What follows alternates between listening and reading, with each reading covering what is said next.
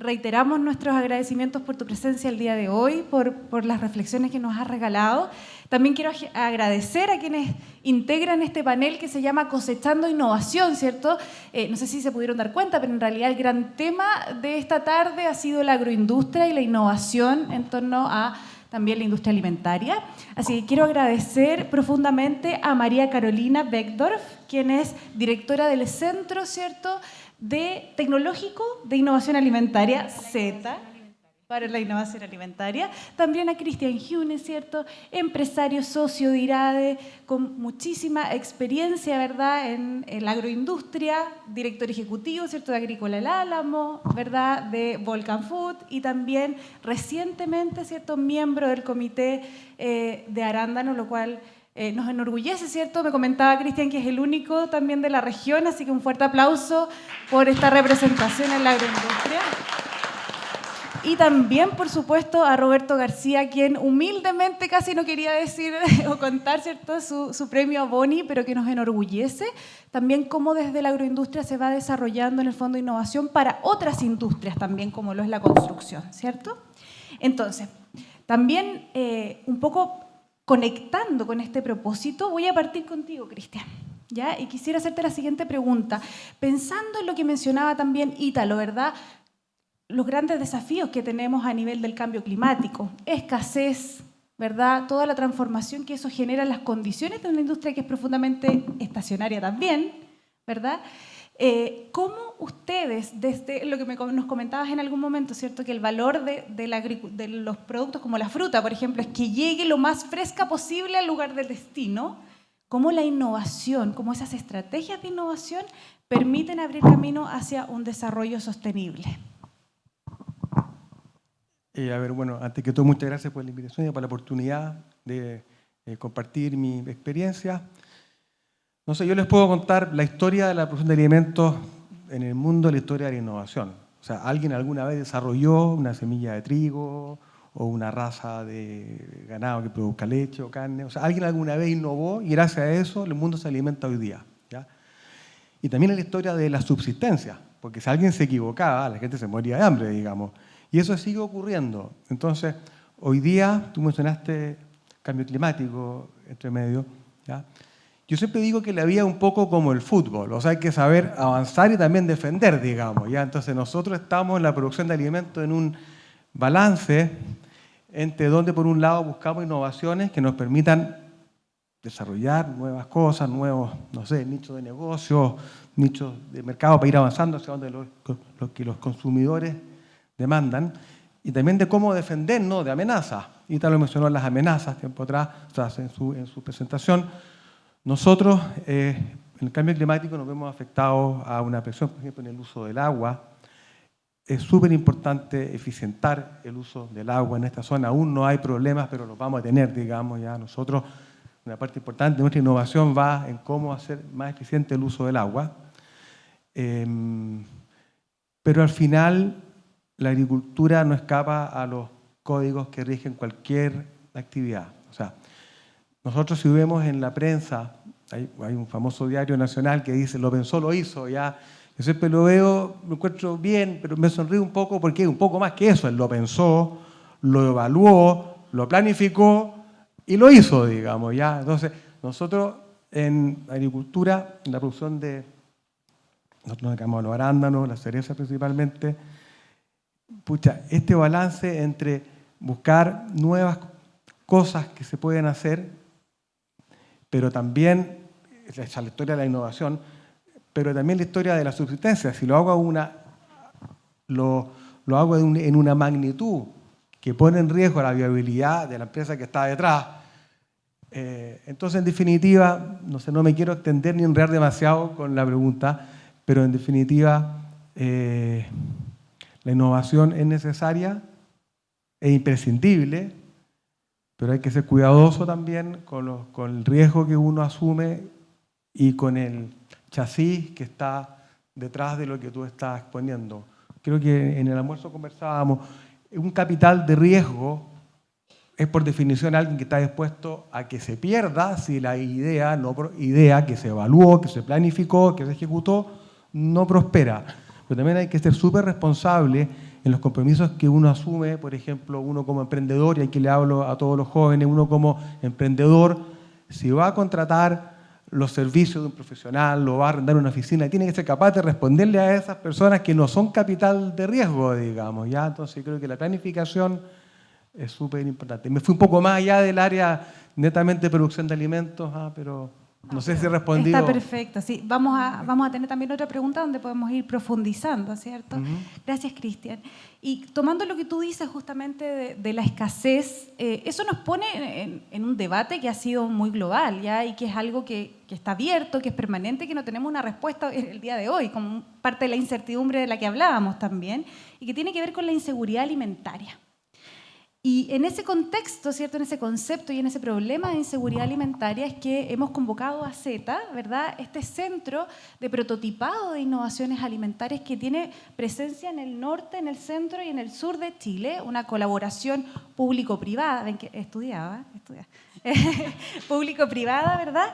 Que permite justamente desarrollar distintos prototipos en torno a innovación. Yo leí por ahí también en la prensa, ¿cierto?, que ustedes fueron parte de un programa que se llama Transforma 50, o colaboraron con este programa, ¿cierto?, de innovaciones, de 50 innovaciones alimentarias junto a Corfo, junto al Ministerio de Agricultura. Y sabiendo que ustedes lo desarrollan en el día a día, porque esto es una experiencia específica, ¿cierto?, que se publicó como un catálogo, lo pueden googlear, buscar también y descargar. Me gustaría preguntarte, María Carolina, si tú tuvieras que destacar 3 experiencias, 3 innovaciones alimentarias que están desarrollando ustedes hoy día y que están transformando de verdad la industria alimentaria en Chile. ¿Cuáles serían? Ok, muchas gracias por la invitación también. Buenas tardes a todas y a todos. Militza, bueno, respondiendo a tu pregunta, nosotros estamos trabajando mucho en, es decir, las propuestas que nos llegan de innovación son más que nada en bebidas vegetales. A mí me tocó particularmente participar en ese catálogo de Transforma Alimentos. Fui una de las jueces junto a Jean Paul, que es el director de ZETA. Y en bebidas vegetales también había mucho de sustitutos cárnicos y lácteos, que tiene que ver con la proteína de origen vegetal. Y lo otro que también me llamó la atención fueron los productos fermentados, productos con prebióticos y con probióticos. Y ahí en general son desarrollados por pymes, por emprendedores, empresas, o es bien variada de dónde proceden en el fondo estas innovaciones alimentarias. Muchos emprendedores que parten de ceros o solamente con la idea y, bueno, generalmente acuden a este tipo de centros, porque no somos los únicos, para desarrollar el prototipo y realizar sus pilotajes hasta la validación técnica del producto final.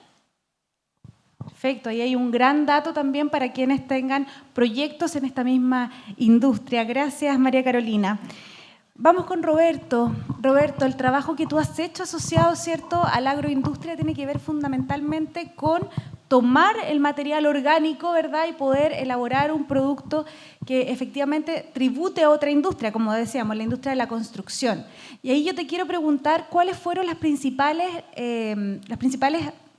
desafíos, más que amenazas, los principales desafíos en ese proceso y las oportunidades que tú nombraste algo ya en tu pitch respecto de las oportunidades que habían encontrado de trabajar con materia que un poco es orgánica y que no se había revalorizado en esta economía circular de darle una segunda vida. Entonces, ahí te pregunto cuáles son los principales desafíos y las principales oportunidades que vieron ustedes de tomar esta materia prima orgánica y desarrollar un producto mucho más elaborado para otra industria, desde la agroindustria. Bueno, nos gastamos... Bueno, nuevamente, gracias por la invitación. Nos gastamos buena parte de nuestro tiempo, casi 5 o 6 años, en lograr que fuera un colchón de raíces que fuera parejo siempre. Porque es materia verde, es materia orgánica y hay que trabajarla y hay que saber. Y eso fue lo que pudimos patentar además, el proceso de cómo poder hacer este tipo, de sacarle que tuviera un 80% de raíces y un 20% de parte foliar. Como hemos ido descubriendo nosotros un poco cómo funciona este material, nosotros hasta el día de hoy nunca le hemos metido ni un químico, ninguna cosa. Y cuando hicimos los análisis nos dimos cuenta que tenía 3 áreas. Una que era el área de la construcción, que fue una casualidad porque mi primera impresión fue hacer madera, agarrar estos colchones, prensarlos, ponerle... pero era como producir, competirle a la empresa de la madera que no tenía ninguna lógica aquí, menos en esta zona. Era como tratar de inventar un cobre sintético en Chuquicamata. Entonces dije yo, por ahí no va la cosa. Y después nos dimos cuenta que podía funcionar en la parte agrícola. ¿Por qué? Porque las raíces tienen que defenderse, tienen micro y macroelementos, tienen fitohormonas, una pila de cosas que sí han funcionado. Y también podría funcionar en la industria alimentaria, porque nosotros podríamos, y lo hemos hecho, ordeñar las raíces, como digo yo. Entonces, tiene un campo, nosotros sabemos que somos una empresa chica, somos poca gente, sabemos que esto ya, por eso hemos trabajado con la Universidad de Costa Rica, estamos viendo con quién trabajamos aquí, porque la idea es que esto se pueda masificar y lo puedan hacer otras mentes que no sean solamente las de nosotros. Pero sabemos que tenemos un área que tiene mucha innovación por delante y que competimos contra industrias que además no se han modificado en los últimos 100 años, como la construcción y la agricultura son las industrias son las que menos innovación han ido metiendo, la agricultura más que la construcción, pero construimos más o menos igual, entonces, y más en Chile, recién estamos usando paneles SIP, etcétera. Y creo que ahí es donde tenemos que empezar a buscar, y por esos centros de innovación como que ustedes están planteando me parecen geniales, porque por allá tiene que ir la cosa. Así, nuestro material es material del futuro, no ya del pasado. Así, nuestros clientes son gente que le preocupa la ecología, que les preocupa el tema. Sustentabilidad, claro. Muchas gracias, Roberto. Ahí yo me he dado cuenta, bueno, en las visitas previas que hicimos para levantar ciertas temáticas de interés, de industrias interesantes para Los Ángeles, yo me sorprendió gratamente, y el equipo IRADE se sorprendió gratamente con las innovaciones justamente en agroindustria. Lo que pasa es que muchas veces no se comunica, y yo siento que, bueno, me tomo la atribución, una percepción, Cristian, tú ahí no me fundamentarás, pero yo he visto que efectivamente sí se está haciendo mucho, pero en procesos muy operacionales, justamente para la eficiencia operacional, para agregarle valor justamente al producto, pero quizás a lo mejor no sabemos tanto, quizás no hemos comunicado tanto de lo que se está haciendo porque el foco es otro. Entonces, tomando quizás también las distintas visiones que podemos tener, ¿verdad? Independiente que a lo mejor hay otras industrias que efectivamente sí innovan mucho más, es mucho más acelerado o continuo el proceso, mucho más formal, porque a veces se hace sin tanta conciencia a lo mejor del mismo proceso, de la misma intención de innovar. Yo quisiera hacer una pregunta a los tres como para ir concluyendo un poco también sobre las temáticas de innovación en esta agroindustria. Y es fundamentalmente, ¿cierto?, en esta industria más tradicional o que consideramos de manera permanente o conscientemente más tradicional, ¿qué estrategias, qué experiencias público-privada podríamos destacar para dar a conocer que efectivamente en agroindustria y en innovación alimentaria están pasando cosas? Porque en lo que nosotros hemos visto en terreno es que hay muchas cosas pasando, muchas cosas desarrollándose, pero no sabemos tanto de eso. Entonces, a todo el público que nos ve hoy día, ¿cierto?, de manera presencial, a quienes también están viendo el streaming o van a ver la grabación, ¿qué experiencias, qué iniciativas público-privadas de colaboración podemos contarles? Y bueno, si a lo mejor es un sueño, a futuro, ¿cuáles pudiésemos tener si las hemos visto en otras experiencias, en otras industrias, en otros territorios y quisiéramos replicar en la provincia y en la región del Biobío? Bueno, gracias, Melitza. A ver, en general yo creo que los hechos hablan más que el relato y respetuosamente discrepo ligeramente aquí de mi compañero con él. Yo creo que la agricultura hace, no sé, 100 años, la agricultura mundial alimentaba a 1.000 millones de personas y hoy día alimenta a 8.000 millones de personas con no mucho más suelo disponible o las tierras de energía son las mismas, digamos. O sea, la industria de la distribución de alimentos en el mundo ha tenido una capacidad de innovación y de ir siguiendo el ritmo de crecimiento de la población notable, y eso va de la mano de la genética, de las técnicas de riego, técnicas de cultivo, la post cosecha, y se han ido expandiendo producciones en lugares que hace 100 años nuestros abuelos y bisabuelos hubieran pensado que era imposible. Dicho eso, ¿Qué estrategias se están desarrollando que quisiéramos replicar? La estrategia público-privada, perdón, eso es lo que estaba. La estrategia público-privada, yo creo que cuando uno ve la agricultura que es exitosa, las explotaciones que son exitosas, hay bastante correlación en que haya un agricultor o un empresario o un agricultor de la escala que sea preocupado de todo lo que ocurre porque le duele, entre comillas, ¿ya? Y maximizar la relación del capital que invierte, del trabajo que realiza en él. Y las grandes compañías que se dedican a la explotación normalmente muchas veces no les va tan bien, porque hay menos atención al detalle, hay una estructura más pesada detrás que soportar. ¿Ah? Entonces, la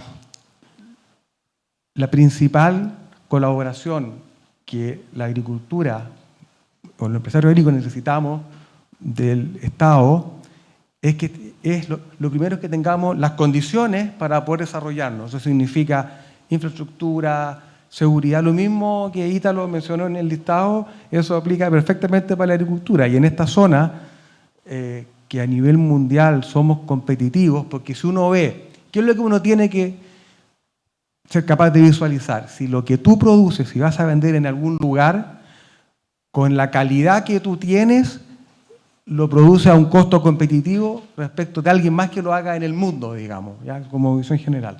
Entonces, si nosotros no tenemos buena infraestructura, me refiero a carretera, puertos, desde un hospital para que nuestros trabajadores se puedan atender debidamente, si Dios nos quiera, Dios no quiere, ocurre algo, todas esas cosas van finalmente poniéndole lastre a una operación que está integrada a una cadena de valor que finalmente lo que pretende es que toda nuestra sociedad tenga más recursos para todos los que vivimos en ella, digamos, ¿ya? Entonces, lo primero es el ambiente, las condiciones ambientales para poder desarrollarnos, que sea una ayuda, o algo que nos sume respecto de lo que otros países hacen y no que nos reste, no que sea parte de la mochila. Igual yo conozco iniciativas público-privadas que en el pasado han sido muy exitosas y donde hoy día hay compañías que les va muy bien y que crean valor para muchos agricultores, trabajadores, los profos que se hicieron en los años 90, que fue el Estado arriesgó por medio de la Corfo. Yo lo conozco porque hice mi práctica hace varias décadas atrás en la Corfo Concepción, y ahí me tocó trabajar como estudiante de cuarto año de agronomía, justamente revisando y viajando por lo que ahora es Ñuble, o lo que antes era provincia, otra región de Ñuble, y Los Ángeles, viendo estos profos. Y varios de ellos finalmente terminaron en compañías exitosas que hoy día tienen una superficie relevante, con muchos agricultores y compiten en el mundo, digamos. Es un ejemplo exitoso de relación público-privada. El Estado rompió la inercia y dio el empujón, ¿no? Pero yo vuelvo a lo anterior, lo más importante de la colaboración público-privada es que tengamos las condiciones para que se pueda desarrollar una actividad que da miles de empleos en esta región. Absolutamente cierto, desde los espacios y desde las facilidades. Muchas gracias, Cristian. No sé qué quiere seguir, Carolina. Bueno, respondiendo a tu pregunta, Militza, bueno, nosotros somos un centro de innovación para los alimentos, en realidad, y somos subvencionados por Corfo, porque es una iniciativa que apoyó Corfo en su momento, y hasta el 2026, nada más.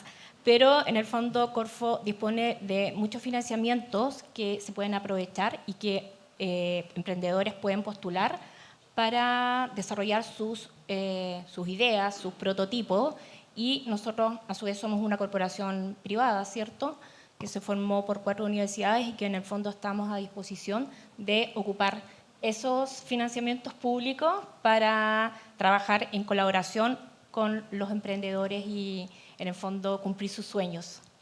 Claro, y ahí ustedes disponibilizan también infraestructura, capital humano. Somos 33 profesionales que estamos a disposición en estos 3 centros a nivel de Chile y más de 100 equipamiento que también ponemos a disposición de la comunidad para el desarrollo de estos prototipos. Tenemos muy poquitos equipos en común, por lo tanto son diferentes tecnologías que están a disposición. Eso es maravilloso porque muy Sí. probablemente de no existir ustedes y de no estar distribuidos de alguna otra manera en distintos puntos del centro, o sea, de la zona norte, centro y sur de Sí. Chile, no tendrían efectivamente ni el equipamiento ni el espacio para poder prototipar y de manera fácil, ágil, barata, ¿cierto? Porque de lo contrario muy Exacto. probablemente se demoraría mucho más en incubar, en acelerar efectivamente también su proceso de desarrollo Con e ello, innovación. claro, porque con los pilotajes tú puedes obtener de forma segura y rápida parámetros del proceso y después poder escalar con ellos. Y poder aportar valor a lo que decíamos que es la gran temática, ¿cierto? El gran desafío, la seguridad alimentaria. ¿Cómo podemos hacerlo? Muchas gracias, María Carolina. Roberto, ¿qué estrategias público-privadas crees tú que pueden apoyar al desarrollo de innovación, al desarrollo de startups como ustedes? De verdad, traspasar, ¿cierto? Pasar del laboratorio, de la prueba, del ensayo, del pilotaje, a de verdad desarrollar un negocio rentable que va ahí, ¿cierto? No solo creciendo, que es el desafío que tú comentabas, ¿cierto? A nivel operativo, tener la capacidad para poder producir efectivamente lo necesario para salir al mercado. Yo creo que instancias como estas son básicas, que aprendemos. Así, yo veo que los países exitosos fue cuando la academia se junta con la empresa y con las políticas públicas. Cuando no somos capaces, como decía Zunino, somos capaces de mezclar esto y hacerlo bien y tirar todos la cuerda para un mismo lado y no tratar de hacernos trampa en el cuento, creo que es cuando lo podemos sacar adelante estas cosas.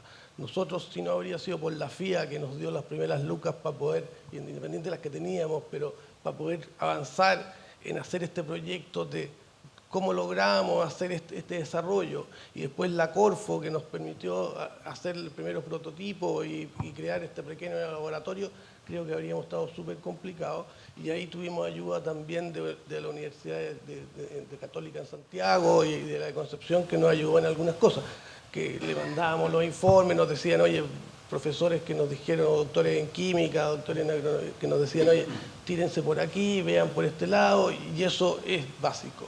Así, si uno no tiene esas tres patitas, creo que se hace difícil que podamos salir adelante. ¿Ah?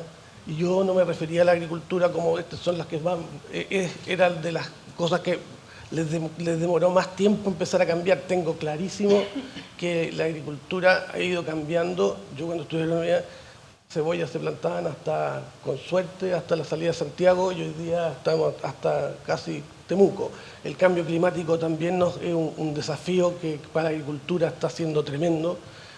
La agricultura gasta el 70% del agua del planeta, del agua dulce, y uno de los desafíos que tiene es poder producir lo mismo o más, porque cada día somos más habitantes, pero con menos consumo.